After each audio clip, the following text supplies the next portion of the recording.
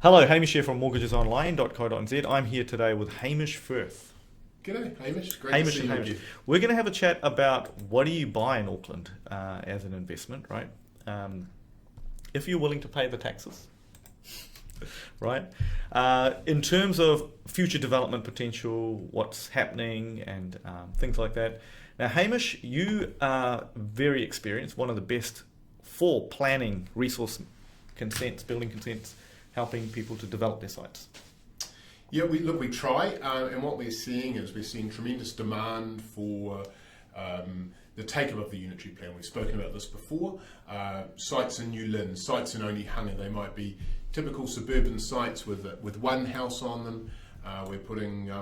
We can put 6 or 7. You might be in New Lynn, you might be in Avondale, you might be near the train station, you might be near a shopping centre. So right now there is demand for those sites, and there is also demand for the finished product.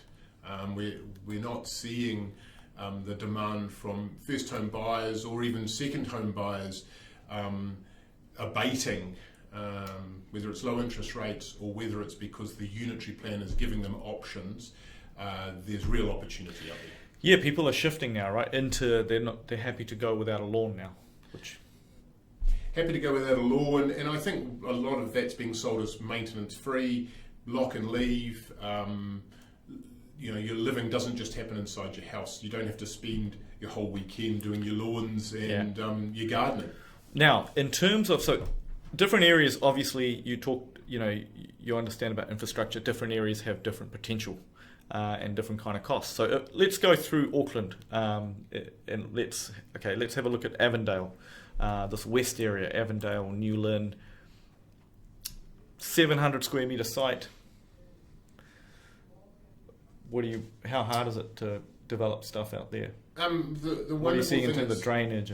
Yeah, look, the same rules will always apply. We've got to make sure you've got access to sewer, you've got to make sure you've got access to stormwater. In these cases, there doesn't seem to be a constraint on the capacity of that network as long as you've got access to the network. Yep. So if you've got access to the network, a 700 or 800 square metre site with a mixed housing urban zone may fit 6 terrace houses on it. It's become fairly normal. You'll start to see them appearing in suburban streets. One house goes, 4, 5, 6, 7, 8 terraces replace it. So there's a familiar pattern to what's happening. But the great thing is there's actually a demand at the other end for the product. And if you, let's say you're the first one to develop in the street, sometimes the costs can be more. Yeah, they can be, and it might be that you have to bring a stormwater or a sewer pipe from further down the street. That will be all at your cost. Another way to look at it, right? And I guess with the big interceptor coming in, this might change. But right now, if you've already got a street with a lot of developments already happened, and you're the last few to do it, could the council go, hey mate, we're tapped out? Yep, there will come times in areas where development has happened in significant amounts where there are capacity constraints. Right.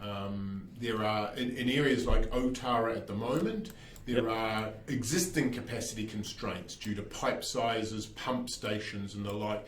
So some of those areas may require more work or more due diligence done to confirm that you've got the capacity. Because if you haven't got the capacity, there's no point in buying a site if you want to develop. Yeah, or you just have to put less on the site. Yeah, but in some cases it could be zero. Right. Yeah. Now, so apart from Otara, what about this way, Mangere? Obviously, that's right next to the sewage treatment plant. So I'm guessing around Mangere, Favona, you got better. Quite ironically, there are actually parts of Mangere which don't have any sewage network at all. But look, Mangere Bridge have become very popular places to live, and there are lots of correctly zoned properties with the infrastructure available. So, and again, a place where people want to live, and sites are available for development. So, effectively, it's a marriage made in heaven. Yep. We're doing resource consents out that way, and we're seeing a lot of people looking out that way. Yep. A very convenient place to live. How about Hillsborough, Mount Roskill? Obviously, Hillsborough, you've got to contend with all the hills. I've just gone through a bit of that. But Mount Roskill is a bit flatter around further in, right down. Yep, Hillsborough, you're right. You're dealing with the topography being quite steep, and that'll affect the number of units and the cost to build. Retaining will be higher, and you don't get paid for retaining. Yep. Mount Roskill, there's a bit of flooding, and in Mount Roskill, sometimes there's a lack of infrastructure. So you might not have access to public stormwater, or it may be at capacity. So case-by-case basis for both of those areas. So if you have to remove that small chunk of Auckland, there's a whole lot of other places, including on the North Shore, Glenfield and Greater Glenfield, Totra Vale, Hillcrest, that whole area. Yep. There are a lot of sites. Again, you concentrate around Glenfield Shopping Centre or the Wairau Valley, and suddenly you're close to where you live, where you work, or what you do every day, which makes things a whole lot more convenient and less car dependent. Okay, now shooting back down south, what do you think about Manurewa? Yeah, again, if you're close to that railway station in that town centre, there's a lot of what we call THAB, terrace house and apartment zone sites. Yep. A lot of them have got services. Another area of growth. You've got a town centre, established town centre, and you've got convenient railway rail services. So again, another good place where there is plenty of infrastructure, and it's a very well established town. Okay, now I'm going to throw you a bit of a curveball here, Hamish. If you're a home buyer and you're looking out in some of these areas, right? What would you think in terms of where would you, if you're buying something smaller, an apartment, and I was talking to someone the other day about Central City apartments, that maybe it's going to be harder to increase supply in the future. But obviously, what do you think about that? A lot of the apartments in the CBD have been set up for a rental market for an audience of students or transient accommodation, or more short-term accommodation. Obviously with COVID, that has been affected. So you've probably had a reduction in rents, and you've probably got a supply-demand imbalance. You've got more supply than you have demand, so you've had rents come back. Yep.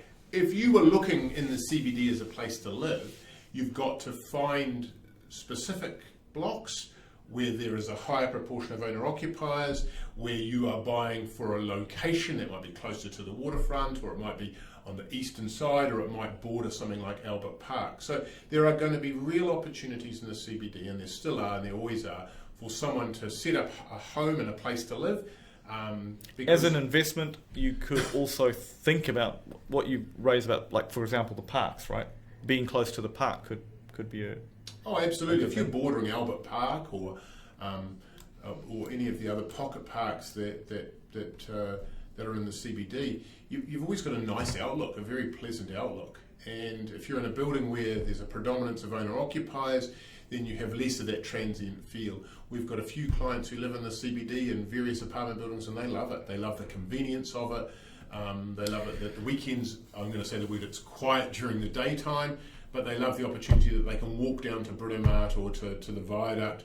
You know, during the America's Cup, they could walk down and walk back. So, especially if you work in the CBD as well, it takes the commute away. And I don't think people realise how hard the commute is until you don't have to do it, and suddenly you've got 2 extra hours, every day of the week that are yours to do whatever you want. So I think if you can live closer to where you work and where you do everything every day, you get your own time back. Yeah. And COVID, if taught us anything, the ability to work from home, or the lesser requirement to be in the office every day to get the outcomes we need, means that you don't have to, I suppose, live where you work. You can work where you live.